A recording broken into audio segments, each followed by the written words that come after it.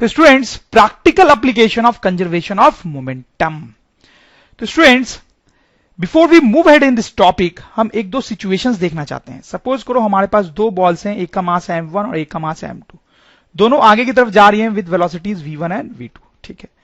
एक दूसरा केस मैं लेता हूं, यहां पर हमारे पास दो बॉल हैं, वंस अगेन m1 और m2 मास की, लेकिन आप देखो दोनों अपोजिट डायरेक्शन में मूव कर रही है। से this is with v1 and this with v2। और एक तीसरा केस एक और लेते हैं स्टूडेंट्स, जिसमें हमारे पास एक बॉल है m1 मास की जो रेस्ट पे है, उसकी वेलोसिटी 0 है, और एक और बॉल है m2 मास की जो कि आगे जा रही है विद सम वेलोसिटी v2, ठीक है। अब देखो ये तीन केसेस मैंने बनाए हैं, आपको बताना है कि इन तीन में से कौन सा वो केस है जिसमें टोटल मोमेंटम 0 है। कौन सा वो केस है जिसमें टोटल मोमेंटम जो है वो 0 है स्टूडेंट्स, ये मेरा क्वेश्चन है, आपको बताना है स्टूडेंट्स, ठीक है। तो एक एक करके स्टार्ट करते हैं स्टूडेंट्स। इस वाले केस में आप देखें, इस वाले केस में अगर हम टोटल मोमेंटम कैलकुलेट करें तो m1 v1 m2 v2, तो m1 v1 plus m2 v2, ठीक है। इस वाले केस में अगर हम टोटल मोमेंटम लिखेंगे स्टूडेंट्स तो क्या होगा, तो आप ध्यान देंगे स्टूडेंट्स, ये जो वेलोसिटी है लेफ्ट की तरफ है तो इसको क्या लेंगे, प्लस या माइनस, माइनस लेंगे। ये जो वेलोसिटी है राइट की तरफ ही है तो इसको प्लस ही ले लेंगे। तो टोटल मोमेंटम लिखते टाइम इसका momentum that is minus m1 v1 plus इसका momentum that is m2 v2, ठीक है। इस केस में अगर हम टोटल मोमेंटम लिखेंगे तो स्टूडेंट्स इसका टोटल मोमेंटम तो 0 हो जाएगा, प्लस इसका दैट इज m2 v2, ठीक है। अब स्टूडेंट्स आप क्लियरली देख सकते हैं कि इस केस में तो टोटल मोमेंटम 0 नहीं हो सकता ना, दो पॉजिटिव चीजों को ऐड कर रहे हैं, दो पॉजिटिव चीजों को ऐड कर रहे हैं तो टोटल मोमेंटम 0 नहीं हो सकता। इस केस में आप देखें एक निगेटिव चीज है और एक पॉजिटिव चीज है, इनको ऐड कर रहे हैं तो इस केस में टोटल मोमेंटम 0 हो सकता है स्टूडेंट्स, वेरी इंपॉर्टेंट। इस केस में आप देखें एक तो 0 है खुद ही और ये 0 नहीं है, ये कुछ पॉजिटिव नंबर है, तो इस केस में भी टोटल मोमेंटम 0 नहीं हो सकता, ठीक है। तो स्टूडेंट्स यहां पर मैं आपको यह समझाना चाह रहा हूं कि अगर दो ऑब्जेक्ट्स हैं, ठीक है, तो टोटल मोमेंटम कब 0 हो सकता है, टोटल मोमेंटम कब 0 हो सकता है, जब दोनों अपोजिट डायरेक्शन में मूव करें, move in opposite direction, opposite direction. अगर हमारे पास दो ऑब्जेक्ट्स हैं और वो अपोजिट डायरेक्शंस में मूव करते हैं तो ही टोटल मोमेंटम 0 हो सकता है। जैसे यहां पर आप देखिए सेम डायरेक्शन था, सेम डायरेक्शन, तो टोटल मोमेंटम 0 नहीं हो पाया, नहीं हो पाया, ठीक। इस केस में आप देखें एक रेस्ट पे था और एक ही चल रहा था, एक रेस्ट पे था एक ही चल रहा था, ओनली वन मूविंग, तब भी टोटल मोमेंटम 0 नहीं हो सकता स्टूडेंट्स, 0 नहीं हो सकता, ठीक। एक ही केस में दो ऑब्जेक्ट्स का टोटल मोमेंटम 0 हो सकता है जब दोनों अपोजिट डायरेक्शन में मूव करें। Now we are ready to move ahead students. तो सबसे पहला जो हम केस लेंगे that is recoil of gun. तो स्टूडेंट्स ये गन है, उसमें बुलेट है। हमने देखा है कि जब गन को फायर किया जाता है तो बुलेट आगे जाती है, उसमें तो नई बात नहीं है, लेकिन हमने ये भी सीखा था कि गन जो है वो थोड़ा सा पीछे जाती है, उसी को हम क्या बोलते हैं स्टूडेंट्स, रिकॉइल ऑफ गन। अब ये गन रिकॉइल क्यों करती है ये हमने स्टडी भी किया था स्टूडेंट्स, लेकिन हमने न्यूटन्स थर्ड लॉ के बेसिस पे एक्सप्लेन किया था। कैसे एक्सप्लेन किया था न्यूटन्स थर्ड लॉ के बेसिस पे, थोड़ा सा देख लेते हैं। तो हमने बोला था स्टूडेंट्स कि ये जो गन है, ये जो गन है वो बुलेट पे आगे फोर्स लगाती होगी, तभी तो बुलेट आगे जा रही है, तभी तो बुलेट आगे जा रही है। अब न्यूटन्स थर्ड लॉ से क्या होगा, अगर गन ने बुलेट पे फोर्स लगाया है तो बुलेट जो है वो गन पे पीछे की तरफ फोर्स लगाएगी, बुलेट जो है वो गन पे पीछे की तरफ फोर्स लगाएगी, और इस फोर्स के कारण क्या होगा, गन पीछे की तरफ मूव करेगी, पीछे की तरफ मूव करेगी। तो एक्सप्लेन हो गया ना कि गन क्यों रिकॉइल कर रही है, गन क्यों रिकॉइल कर रही है। अब यही जो फिनोमेना है इसको दूसरी तरीके से कंजर्वेशन ऑफ मोमेंटम यूज करके भी एक्सप्लेन किया जा सकता है। तो वही कैसे होगा स्टूडेंट्स, वो हम थोड़ा देखना चाहते हैं, ठीक है। अब देखो कंजर्वेशन ऑफ मोमेंटम क्या बोलता है कि total initial momentum should be equal to total final momentum, ठीक है स्टूडेंट्स। अब देखो यहां पर हमारे पास गन और बुलेट है, दोनों के दोनों शुरू में रेस्ट पे हैं, फायर करने से पहले दोनों ही रेस्ट पे होंगे, तो यहां पर टोटल इनिशियल मोमेंटम कितना हो जाएगा स्टूडेंट्स, 0 हो जाएगा। तो टोटल इनिशियल मोमेंटम हमारे पास 0 हो गया, ठीक है। अब जब बुलेट को फायर किया गया स्टूडेंट्स, तो आप देखें यहां पे फोर्स लगे, बुलेट और गन ने एक दूसरे पे फोर्स लगाया आपस में, तो ये जो फोर्स है जो ये दोनों आपस में लगा रहे हैं उसको हम इंटरनल फोर्स बोलेंगे या फिर एक्सटर्नल फोर्स बोलेंगे? आप बताएं स्टूडेंट्स हमने देखा है, हालांकि बहुत इंपॉर्टेंट पॉइंट तो नहीं है, कि जब दो ऑब्जेक्ट्स आपस में एक दूसरे में फोर्स लगा रहे होते हैं तो इसको हम इंटरनल फोर्स बोलते हैं, इसको एक्सटर्नल फोर्स नहीं बोलते हैं। ठीक है, सही बात है ना? तो क्योंकि यहां पर एक्सटर्नल फोर्स नहीं है तो total initial momentum should be equals to total final momentum. तो यहां से यह प्रूव हो गया कि टोटल फाइनल मोमेंटम भी क्या होना चाहिए? 0। तो अभी फायरिंग करने के बाद भी total final momentum should be equals to 0। ठीक है, तो अब स्टूडेंट्स इन दोनों का फाइनल मोमेंटम टोटल 0 कैसे होगा? अभी हमने देखा है वो तभी हो सकता है जब दोनों ऑब्जेक्ट्स अपोजिट डायरेक्शन में मूव करें। ठीक है, तो इन दोनों का मिला के टोटल फाइनल मोमेंटम 0 है। इसका मतलब both objects move in opposite direction, दोनों को अपोजिट डायरेक्शन में मूव करना पड़ेगा, तभी टोटल फाइनल मोमेंटम 0 हो सकता है। तो इसलिए हम बोल सकते हैं कि क्योंकि बुलेट आगे जाती है तो गन पीछे जाता है। दोनों अपोजिट डायरेक्शन में मूव कर रहे हैं ताकि टोटल मोमेंटम 0 हो सके। आप समझ रहे हो स्टूडेंट्स? अगर ये गन रेस्ट पे रह जाती और सिर्फ बुलेट आगे जाता तो टोटल मोमेंटम 0 नहीं हो पाता, जैसा कि हमने लास्ट स्लाइड में डिस्कस किया है स्टूडेंट्स। ठीक है, तो स्टूडेंट्स इसको हम लिख भी सकते हैं वर्ड्स में, फ्रॉम कंजर्वेशन ऑफ मोमेंटम, ध्यान देंगे, total final momentum of gun and bullet should be same as total initial momentum. Thus total final momentum should be zero. ठीक है, this means that the gun must move in direction opposite to direction of movement of bullet. वही बात है बिल्कुल students जो हमने अभी discuss की है। तो स्टूडेंट्स ये फोटोग्राफ देखें, आप देख सकते हो ये एक टैंक है जिससे ये कैनन बॉल फायर की जा रही है, इसको कैनन बॉल बोलते हैं स्टूडेंट्स। ठीक है, तो स्टूडेंट्स आपको क्या लगता है यहां पर ये जो टैंक है इसका क्या होगा जब ये कैनन बॉल को फायर करेगी? पहले स्टूडेंट्स जो टैंक था और उसके अंदर कैनन बॉल वो सब रेस्ट पे रहे होंगे, तो टोटल इनिशियल मोमेंटम 0 रहा होगा। ठीक है, वैसा ही जैसा कि गन के केस में था। लेकिन जब कैनन को इधर की तरफ फायर किया जा रहा है तो ये जो टैंक है दैट मस्ट रिक्वायल बैकवर्ड्स,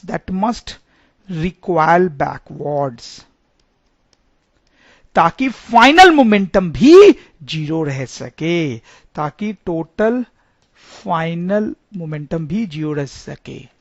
बिल्कुल वही सिचुएशन है स्टूडेंट्स ये जो गन वाली सिचुएशन थी जो हमने अभी डिस्कस की है, पर आप सोच सकते हो कि ये जो टैंक है वो एक बड़ा गन है। ठीक है, तो जब ये कैनन बॉल को आगे की तरफ फायर करता है तो इस पर पीछे की तरफ झटका लगता है, ये पीछे की तरफ रिकॉइल होता है स्टूडेंट्स। ठीक है,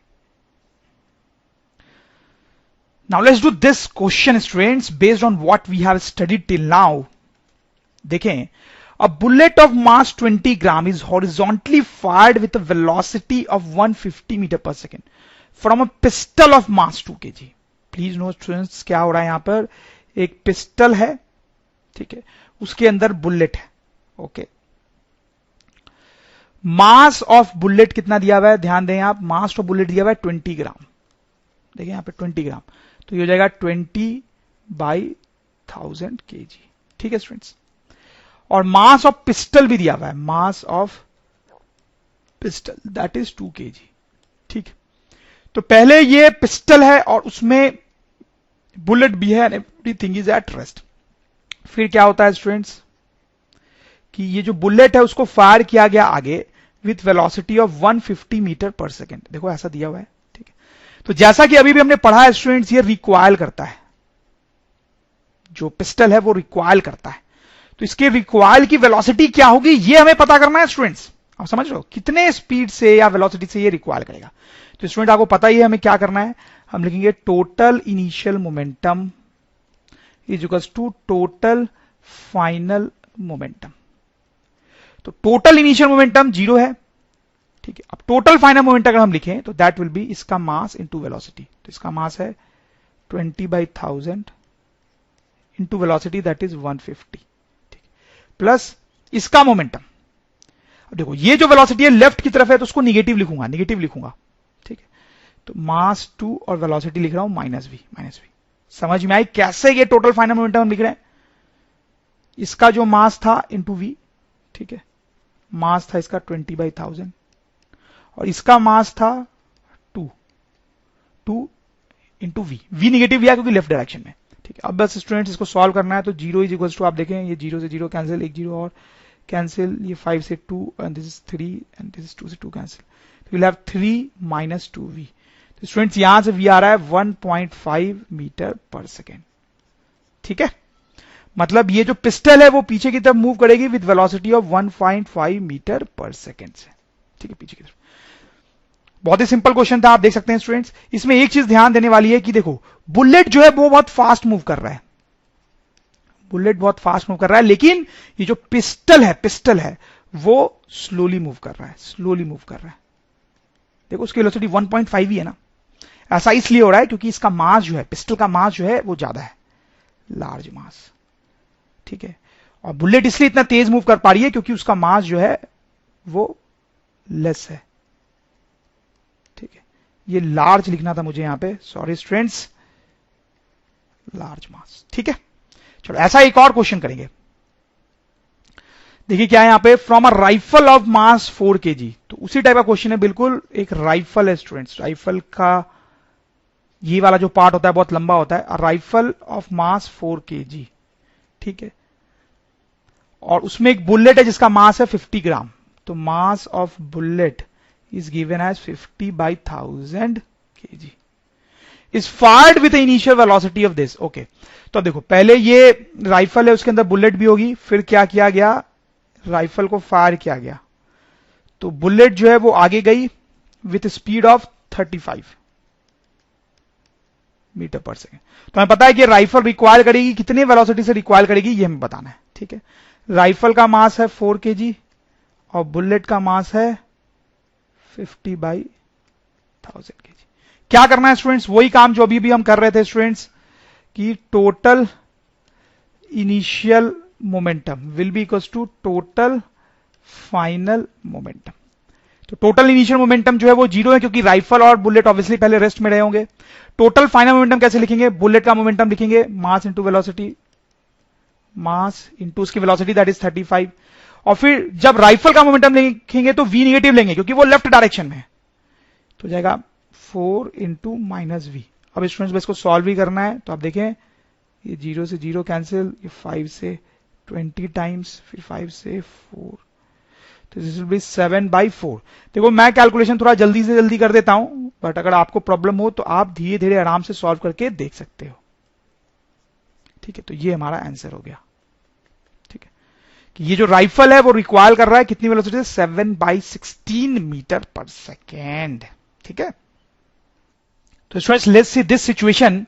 यहां पर आप देखो क्या हो रहा है, ये चाइल्ड एक ट्रॉली पे खड़ा है और ये ट्रॉली बहुत आसानी से आगे पीछे मूव कर सकती है और चाइल्ड के हाथ में एक बैग है, लेकिन अभी सब कुछ जो है वो रेस्ट पे, ठीक। अभी जो चाइल्ड है इस बैग को आगे की तरफ थ्रो कर देता है। तो कैसे थ्रो किया होगा उसने, बैग पे आगे की तरफ फोर्स लगाया होगा जिस कारण ये बैग आगे की तरफ मूव करेगी। तो स्टूडेंट ऐसा पाया जाता है कि ये चाइल्ड जो ट्रॉली पे खड़ा है वो भी पीछे की तरफ मूव करने लगता है, वो भी थोड़ा सा पीछे की तरफ मूव करता है। अब ऐसा क्यों हो रहा है स्टूडेंट्स, यही हमें एक्सप्लेन करना है और इसको हम न्यूटन्स थर्ड लॉ से भी एक्सप्लेन कर सकते हैं और कंजर्वेशन ऑफ मोमेंटम से भी एक्सप्लेन कर सकते हैं। और इसका एक्सप्लेनेशन कुछ वैसा ही है जैसा कि रिक्वायल ऑफ गन में हमने देखा था। तो देखो न्यूटन्स थर्ड लॉ से कैसे एक्सप्लेन होगा, अगर चाइल्ड ने बैग पे आगे की तरफ फोर्स लगाया तो ये बैग क्या करेगी, बैग चाइल्ड पे पीछे की तरफ फोर्स लगाएगी। तो चाइल्ड ने पीछे की तरफ फोर्स लग रहा है तो चाइल्ड पीछे की तरफ मूव करेगा, सिंपल, ठीक है। तो हम लिख सकते हैं child applies force, child applies force on bag forward, ठीक है। तो by Newton third law bag applies force on child backward, ठीक बात है स्टूडेंट्स। अब देखो कंजर्वेशन ऑफ मोमेंटम से कैसे एक्सप्लेन हो सकता है। देखो शुरू में ये पूरा का पूरा सब कुछ कैसा था, रेस्ट में, तो हम लिख सकते हैं टोटल इनिशियल मोमेंटम जो था स्टूडेंट्स वो जीरो था, ठीक है। तो by conservation of momentum total final momentum भी क्या होना चाहिए स्टूडेंट्स, जीरो होना चाहिए। वो कैसे जीरो होगा, जैसा कि स्टूडेंट्स हमने देखा है कि अगर ये बैग आगे की तरफ जा रहा है तो ये जो दूसरा ऑब्जेक्ट है चाइल्ड, वो जब पीछे जाएगा तभी टोटल मोमेंटम जीरो हो सकता है, right. If bag moves forward child must move backward in opposite direction, then only total final momentum can be zero, ठीक है स्टूडेंट्स। देखो बिल्कुल वैसी ही बात है जैसे कि रिकॉइल ऑफ गन में थी स्टूडेंट। इस पे बेस हम एक क्वेश्चन भी कर सकते हैं। आप देखो लेट्स सी दिस क्वेश्चन, इसमें क्या है कि ये बैग जो है उसका मास 2 kg दिया हुआ है और ये child plus trolley, child plus trolley, child plus trolley का मास 40 kg दिया हुआ है। बैग को आगे फेंका गया विद वेलोसिटी ऑफ 10, तो चाइल्ड कितनी वेलोसिटी से पीछे जाएगा ये हमें निकालना है। तो स्टूडेंट आप समझ ही गए होंगे हम क्या करेंगे, total initial momentum is equal to total final momentum by conservation of momentum. यहां पे हम लिखेंगे by conservation of momentum, this equation is there. Total initial momentum zero है क्योंकि सब कुछ रेस्ट पे था। टोटल फाइनल मोमेंटम, तो बैग का मोमेंटम क्या लिखेंगे, उसका मास उसका वेलोसिटी, दैट इज 2 into 10, और चाइल्ड प्लस ट्रॉली तो उनका मास दैट इज 40, और क्योंकि उनकी वेलोसिटी लेफ्ट डायरेक्शन में है, पीछे की तरफ है, तो उसको माइनस वी लिखेंगे, ठीक है स्टूडेंट्स। तो इसको हम सॉल्व करेंगे तो will get 20 minus 40 v which means v will be 0.5 metre per second. आप सॉल्व करना इतना आ जाएगा। तो इसका मतलब है कि ये चाइल्ड और ट्रॉली पीछे कितने स्पीड से जाएंगे, 0.5 मीटर पर सेकेंड। ये फोटोग्राफ आप देखें स्टूडेंट्स, ये कोई प्रैक्टिकल एप्लीकेशन तो ऐसा सच नहीं है, बट फिर भी एक बहुत अच्छा एक्सपेरिमेंट है कंजर्वेशन ऑफ मोमेंटम पे बेस्ड, जो आप लैबोरेटरी में जाके परफॉर्म कर सकते हो स्टूडेंट्स। देखो यहां पर क्या किया गया है, ये एक टेस्ट ट्यूब है, यू कैन सी, जिसको इस तरह से हैंग किया गया है। ये कॉक बोलते हैं इसको, कॉक, जिससे टेस्ट ट्यूब को बंद किया गया है, ठीक है। टेस्ट ट्यूब के अंदर आप देख सकते हो एक ब्लू सब्सटेंस है, दैट इज एक्चुअली वाटर, ठीक है। तो टेस्ट ट्यूब में थोड़ा सा वाटर हमने डाला है। अब इस टेस्ट ट्यूब को हम हीट कर रहे हैं बर्नर के ऊपर, ठीक है। तो स्टूडेंट्स क्या होता है यहां पर कि ये जो वाटर है वो गर्म होता है और फाइनली गैस में कन्वर्ट हो जाता है, ठीक है। Water is converted to steam, होगा ना ऐसा स्टूडेंट्स, अगर हम इस वाटर को बहुत हीट करते ही जाएंगे तो वो स्टीम में कन्वर्ट हो जाएगा, ठीक। फिर यहां पर क्या होता है स्टूडेंट्स कि ये जो स्टीम बनती है वो बाहर निकलना चाहती है, तो कॉक को धक्का देती है, कॉक पे फोर्स लगाती है, तो कॉक पे ऐसे फोर्स लगाती है। तो हम लिख सकते हैं steam tries to come out, does it applies force on cock, ठीक है। तो इस कॉक पे इधर की तरफ फोर्स लगता है स्टूडेंट्स, तो ये क्या होगा, ये कॉक पे इधर फोर्स लग रहा है तो ये कॉक इधर की तरफ मूव करेगा, तो ये कॉक बाहर आ जाएगा और आगे की तरफ मूव करेगा क्योंकि उस पे फोर्स लगा है, ठीक है। अब स्टूडेंट्स अगर हम कंजर्वेशन ऑफ मोमेंटम लगा के सोचें, तो ये जो टेस्ट ट्यूब है उसका क्या होना चाहिए, आप सोच के देखो टेस्ट ट्यूब का क्या होना चाहिए। देखो हम लिख सकते हैं कि टोटल इनिशियल मोमेंटम कितना था, जीरो था ना, शुरू में तो टोटल मोमेंटम जीरो था कि कॉक टेस्ट ट्यूब सब कुछ रेस्ट पे थे, ठीक है। तो by conservation of momentum total final momentum भी क्या होना चाहिए, जीरो होना चाहिए स्टूडेंट्स। ठीक है, तो आप समझ गए कि अगर कॉक आगे की तरफ मूव किया है तो test tube must move backward, test tube must move backward. ठीक है, ताकि टोटल मोमेंटम जीरो हो सके। स्टूडेंट्स अगर आप ध्यान से सोचेंगे तो this is just like recoil of gun, this is just like recoil of gun. Gun में भी क्या होता है, हमने पढ़ा ही है स्टूडेंट्स डिटेल में, कि बुलेट आगे मूव करती है और जो गन है वो पीछे की तरफ रिकॉइल करता है। बस बिल्कुल वैसा यहां पर हो रहा है। यहां बुलेट की जगह कॉक आगे मूव कर रही है, बुलेट की जगह पे कॉक आगे मूव कर रही है, और गन की जगह पे टेस्ट ट्यूब पीछे की तरफ रिकॉइल कर रहा है स्टूडेंट्स। ठीक है, तो स्टूडेंट्स ये एक्सपेरिमेंट आप लैबोरेटरी में करके देख सकते हो, but you need to be careful, और एक्सपेरिमेंट को टीचर के प्रेजेंस में ही करें, क्योंकि ये जो कॉक उड़ रहा है वो आपको आके लग सकता है। ठीक है, ये टेस्ट ट्यूब जो पीछे रिक्वायर करेगा वो भी आपको लग सकता है, तो थोड़ा सा डेंजरस हो सकता है ये एक्सपेरिमेंट। तो अगर आपको करना है तो टीचर्स के प्रेजेंस में ही करेंगे स्टूडेंट्स। ठीक है, अब स्टूडेंट्स हम बहुत ही इंपॉर्टेंट एप्लीकेशन देखने वाले हैं conservation of momentum, one of the most important applications of conservation of momentum. Students देखो क्या है, movement of jet planes in air. आपने इस तरह से प्लेन्स को हवा में उड़ते हुए तो देखा ही होगा स्टूडेंट्स, तो इसके उड़ने में कंजर्वेशन ऑफ मोमेंटम का यूज होता है स्टूडेंट्स। ठीक है, देखो उसको समझाने के लिए मैं एक सिंपल बलून का एग्जांपल लूंगा स्टूडेंट्स, एक ऐसा छोटा सा एक्सपेरिमेंट बताऊंगा जो आप अपने घर में भी बहुत आसानी से कर सकते हो। जैसे ये एक बलून है स्टूडेंट्स, इसमें एयर फिल है। ठीक है, एयर फिल है। ठीक, और इस बलून को यहां से टाई किया गया है। ठीक, अगर इस बलून को हम यहां से खोल दिया तो स्टूडेंट्स आपने शायद कभी ध्यान दिया और नहीं दिया तो अब आप दें कि क्या होता है कि इससे जो गैस है वो बाहर निकलने लगती है। ठीक है, गैस बाहर निकलने लगती है और ये बलून जो है खुद आगे की तरफ मूव करने लगता है, बलून आगे की तरफ मूव करने लगता है। आप करके देखना सर, ऐसा होगा।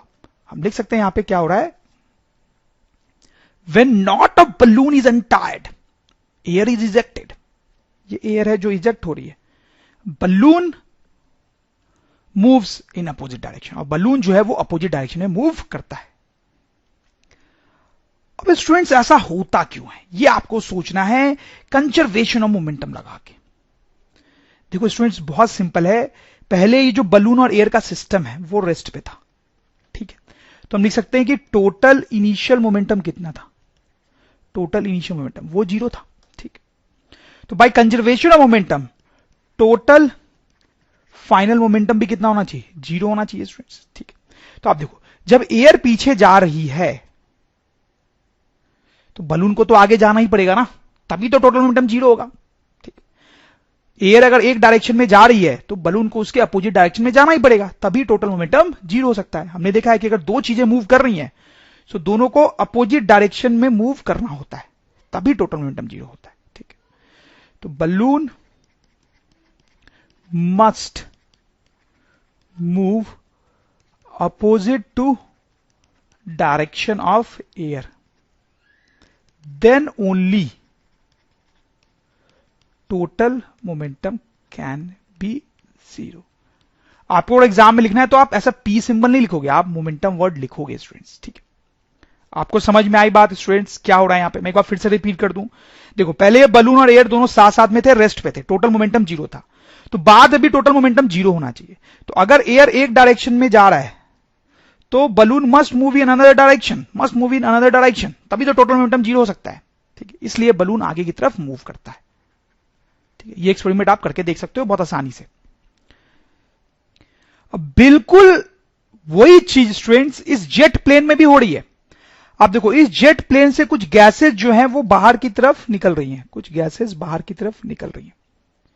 जिस तरह से इस बलून से एयर बाहर की तरफ निकल रहा था उसी तरह से इस जेट प्लेन से कुछ गैसेस बाहर की तरफ निकल रही हैं। तो क्या होता है कि इस जेट प्लेन में यहां कुछ फ्यूल होता है जो बर्न करता है। जब वो बर्न करता है तो गैसेस इस तरह से पीछे की तरफ निकलती हैं, and then by conservation of momentum ये जेट जो है उसको आगे की तरफ मूव करना पड़ता है, बिल्कुल वैसे ही जैसे कि ये बलून आगे की तरफ मूव कर रहा था। स्टूडेंट आपको समझ में आया, जिस तरह से यहां एयर पीछे की तरफ जा रहा था तो बलून को आगे की तरफ मूव करना पड़ा फॉर कंजर्वेशन ऑफ मोमेंटम। उसी तरीके से यहां पर फ्यूल के जलने से जब गैसेस पीछे की तरफ जाती हैं तो जेट प्लेन को आगे की तरफ मूव करना पड़ता है फॉर कंजर्वेशन ऑफ मोमेंटम। तो स्टूडेंट्स हम इसको नोट डाउन भी कर सकते हैं। Fuel in jet plane burns and eject gases in backward direction, ठीक है। Then by conservation of momentum plane moves ahead, जैसा कि स्टूडेंट्स हमने देखा, ठीक है। अब स्टूडेंट्स एक और बहुत ही इंपॉर्टेंट प्रैक्टिकल एग्जांपल हम देखने वाले हैं, that is rocket propulsion. Students rocket आप देख सकते हो इस फोटोग्राफ में, जो आगे की तरफ ऊपर की तरफ मूव करता है, ठीक। और जब वो रॉकेट मूव करता है तो इस तरह से बहुत सारी गैसेस निकलती है। तो यहां पर क्या हो रहा है स्टूडेंट्स, मोर और लेस वैसा ही कुछ हो रहा है जैसा कि जेट प्लेन में हो रहा था। फिर से हम ये बलून वाला एग्जांपल लेते हैं स्टूडेंट्स। फिर से ये बलून है, उसके अंदर एयर है, ठीक है, और सब कुछ अभी रेस्ट पे है, ठीक। लेकिन अब इस बलून को हमने ऊपर की तरफ पॉइंट कर रखा है, आप देख सकते हो ऊपर की तरफ पॉइंट कर रखा है, वर्टिकल डायरेक्शन में पॉइंट कर रखा है। अब जब इसका नॉट खोलते हैं तो ये जो गैसेस है वो इस तरह से बाहर निकलती हैं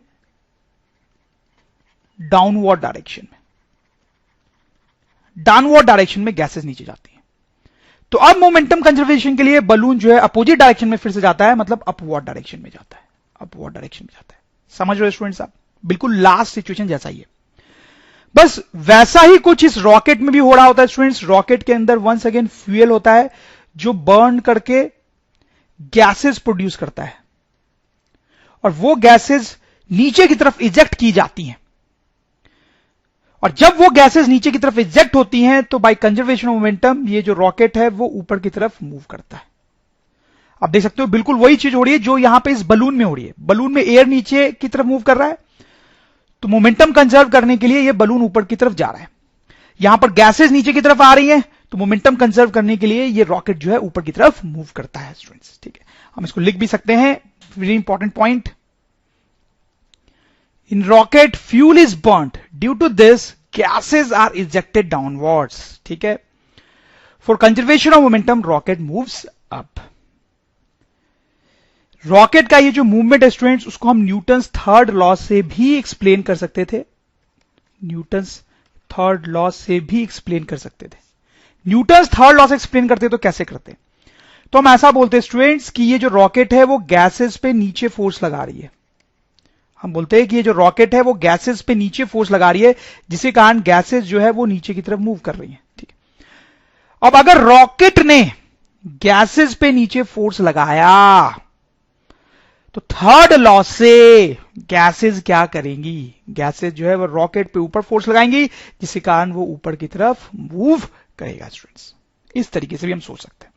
तो हम लिख सकते हैं rocket applies force on burning gases in downward direction, ठीक है स्टूडेंट्स, जैसे मैंने आपको बताया।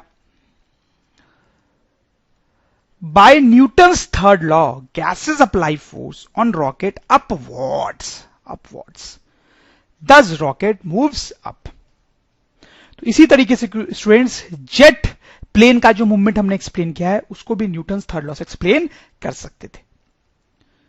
तो ये जो है वो शायद कंजर्वेशन ऑफ मोमेंटम का एक बहुत ही अच्छा और बहुत ही इंपॉर्टेंट और बहुत ही इंटरेस्टिंग प्रैक्टिकल एग्जांपल था स्टूडेंट्स।